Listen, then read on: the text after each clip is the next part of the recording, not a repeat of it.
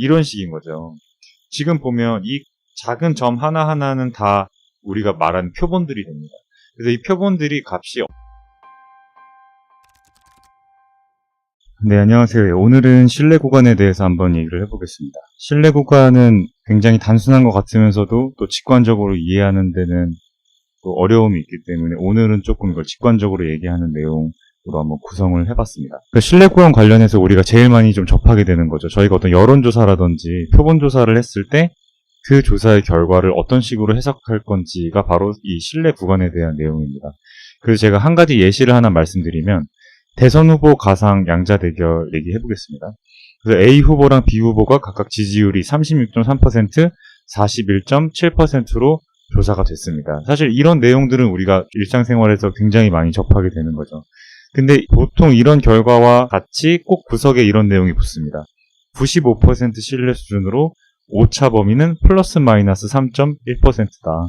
우리가 이걸 들으면서 이게 뭔가 전체를 다 대상으로 한 게 아니고 표집으로 한 거기 때문에 뭐 추가적인 정보가 붙는구나 정도로 이해를 하지 우리가 어떤 느낌인지는 딱 와닿지는 않거든요. 크리티컬 밸류 구해가지고 인터벌 만들어내고 또 그렇게 또 집중해서 뭐 분석을 할 땐 또 이해가 되는데 이런 식으로 캐주얼하게 읽을 때는 어떤 느낌인지 감이 잘 안 옵니다. 근데 사실은 우리가 어떤 모집단이 존재를 하고 거기에서 표본을 만들어서 뭔가를 조사를 한 거면 결국에 우리가 궁금한 거는 이게 실제 모집단에서도 적용이 되는 결과냐. 간단하게 말하면 이게 유의하냐는 거죠. 그러니까 지금 같은 경우를 보면 A 후보가 지금 36.3%였고 B 후보가 41.7%였죠. B 후보가 조금 앞서 있는 것처럼 보이는데 이게 표집에서는 그랬는데 실제 모집단에서도 그럴 것인가. 유의하게 이긴 걸까? 라고 하는 질문에 답을 해줄 수 있는 게 바로 이 신뢰 구간에 대한 얘기입니다. 이거를 우리가 시각적으로 표현하기 위해서 이 두 값을 직선에 표시를 해봤습니다. A 후보는 36.3%, B 후보는 41.7%니까 지금 같은 경우에는 B 후보가 조금 더 A 후보보다 큰 상황인 거죠. 지금 이렇게 그림으로 표현을 해보면 B 후보가 A 후보보다 더 많이 지지를 받은 것 같은데 아직 우리가 중요한 정보를 하나 표시를 안 했습니다. 그게 바로 신뢰 수준이라고 하는 정보랑 오차 범위라고 하는 정보를 우리가 직선에 표시를 안 했죠. 그래서 지금은 일단 값 두 개만 이렇게 똑 한번 떼봤습니다. 이게 바로 A 후보의 지지율이고 다음 이 노란 색깔 이 원이 B 후보의 지지율이 되는 거죠. A 후보가 한 36점 몇 %였고 B 후보가 41점 몇 %였습니다. B 후보가 더 커 보인다고 제가 말씀을 드렸죠. 근데 지금부터 이 신뢰 수준이랑 오차 범위를 시각적으로 표현을 하면 어떻게 되냐면 이런 식으로 표현을 해볼 수가 있습니다. 이게 이제 사실 여러분들은 뭐 이런 그림 말고 이런 그림을 기대하시는 분이 있었을 거예요. 여기에다가 플러스 마이너스로 이런 식으로 밴드를 그리는 그런 걸 기대하셨을 수 있는 부분이 있는데 저는 이런 식으로 표현을 많이 한다. 왜 이런 식으로 표현을 하게 되냐면 오차 범위라고 하는 개념이 T분포에서 나온 거기 때문에 중간 값에 굉장히 많은 값들이 몰려있고 끝으로 가면 갈수록 이 분포가 굉장히 옅어지는 현상이 있거든요. 그래서 저는 이거를 모집단이 존재하고 이런 식으로 표집을 하게 되면 표본을 통해서 만들어진 값들이 일종의 잔상을 갖는다. 이 잔상을 갖는다라고 하는 거를 제가 좀 더 직관적으로 말씀드리기 위해서 플래시 하나를 좀 보여드리면 이런 식인 거죠. 지금 보면 이 작은 점 하나하나는 다 우리가 말하는 표본들이 됩니다. 그래서 이 표본들이 값이 어떤 거는 중간에 몰려있기도 하고 어떤 거는 좀 끝쪽에 가 있기도 하고 그런데 대부분 다 중간에 몰려있죠. 근데 어쩌다가 이제 끝쪽으로 가는 값들이 생기게 되는 건데 물론 이게 실제로 움직이고 그러는 건 아닙니다. 물론 파퓰레이션 다이나믹스라는 개념이 있어가지고 값들이 좀 흔들리고 하는 그런 건 있지만 제가 이렇게 일부러 보여드리는 거는 여러분들한테 상당히 동적인 부분이 있다. 과장해서 표현을 해드린 거고 실제 여기에서 움직이고 있는 이 점들 그러니까 이 표본들은 사실 50개밖에 안 돼요. 인피니티하게 늘리게 되면 지금 위에서 말한 것처럼 이런 잔상을 가지게 된다.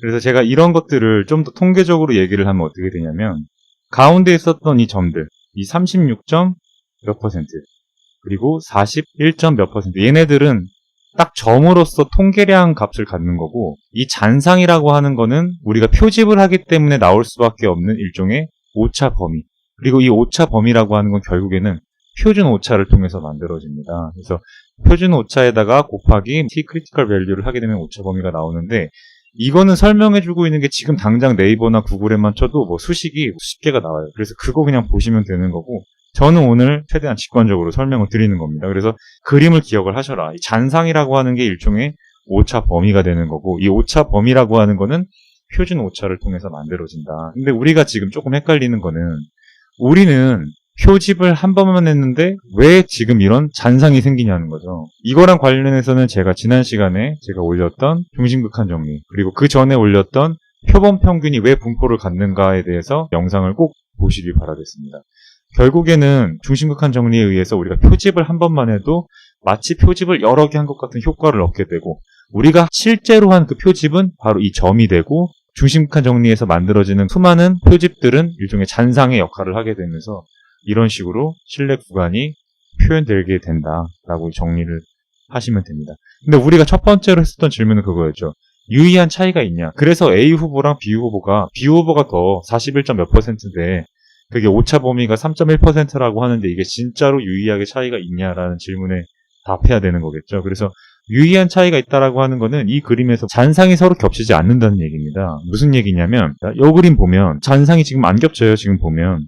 근데 첫 번째 그림 보면 흰색이랑 노란색이랑 잔상이 지금 이 부분에 좀 겹치죠. 이런 경우는 우리가 유의하다고 보기가 어렵습니다. 그러니까 물론 B 후보가 A 후보에 비해서 하나한 표집 그 값 자체는 크게 나왔지만, 이 잔상, 그러니까 즉 표준 오차에 의해서 만들어진 이 컨피던스 인터벌은 A랑 지금 겹치기 때문에 이 두 개가 실제 모집단에서도 차이가 있다라고 얘기하긴 어려운 거죠. 그래서 결국에 우리가 실제 분석을 할 때는 어떻게 하면 두 개의 잔상이 겹치지 않게 할까? 어떻게 하면 우리가 유의한 결과를 내보낼 수 있을까에 대해서는 두 가지 방법이 있습니다. 첫 번째는 오차 범위를 줄이는 거고, 두 번째는 신뢰 구간을 줄이는 겁니다. 첫 번째 오차 범위를 줄인다는 건 뭐냐면, 실제 만약에 오차 범위가 플러스 마이너스 3.1일 때의 모습을 보여드리면 이런 모습이에요. 이제 어느 정도 이렇게 잔상들이 있고 겹치기도 하고 지금 이런 상황인 거죠. 근데 만약에 오차 범위를 우리가 이렇게까지 줄여버리면 값들이 훨씬 더 이렇게 중앙으로 집중되게 됩니다.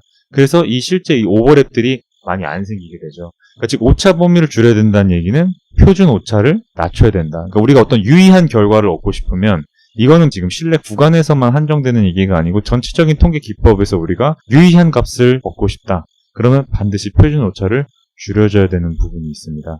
두 번째는 신뢰 구간에 대한 개념인데, 신뢰 구간은 어디까지 잔상이라고 인정할까라는 겁니다. 무슨 말이냐면, 지금 보면 이거에 대해서 잔상이 어디까지 펼쳐져 있나요? 라고 물어보면 어떤 분들은 여기까지를 그냥 인정을 하고 싶다고 얘기를 하고, 어떤 부분들은 아니 자세히 보면 여기까지도 있다. 그래서 이런 식으로 할 수 있는 분들도 있겠죠. 어떤 분은 더 보수적으로 이렇게 할 수도 있고. 근데 이제 신뢰 수준이라고 하는 게 이 잔상을 어디까지 인정할지의 정도를 얘기를 해주는 겁니다. 그래서 무슨 말씀이냐면, 신뢰 수준을 95%로 저희가 설정하게 되면 상당히 이 중앙에 집중되어 있는 부분까지를 잔상으로 인정을 하게 되는 겁니다.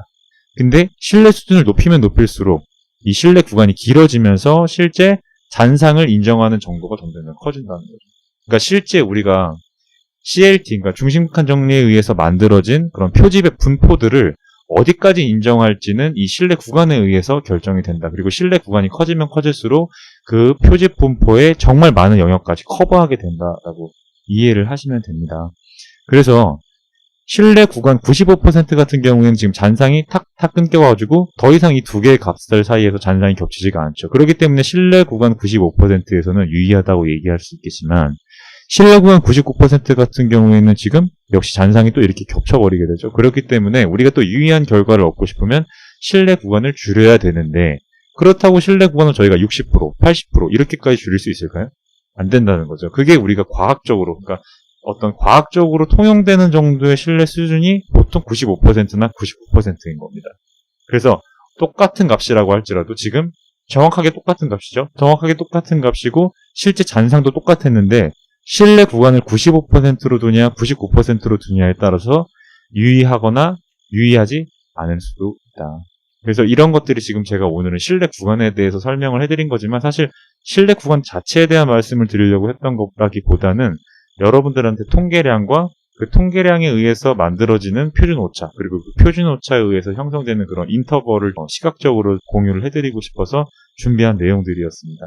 실제 신뢰 구간을 계산하는 방식이나 이런 거에 대해서는 너무나 많은 정보들이 있기 때문에 그런 것들을 참고하시고, 혹시나 그런 거 보시다가 조금 어려운 점 있으면 댓글로 남겨주시면 제가 그런 부분들은 설명을 해드리도록 하겠습니다.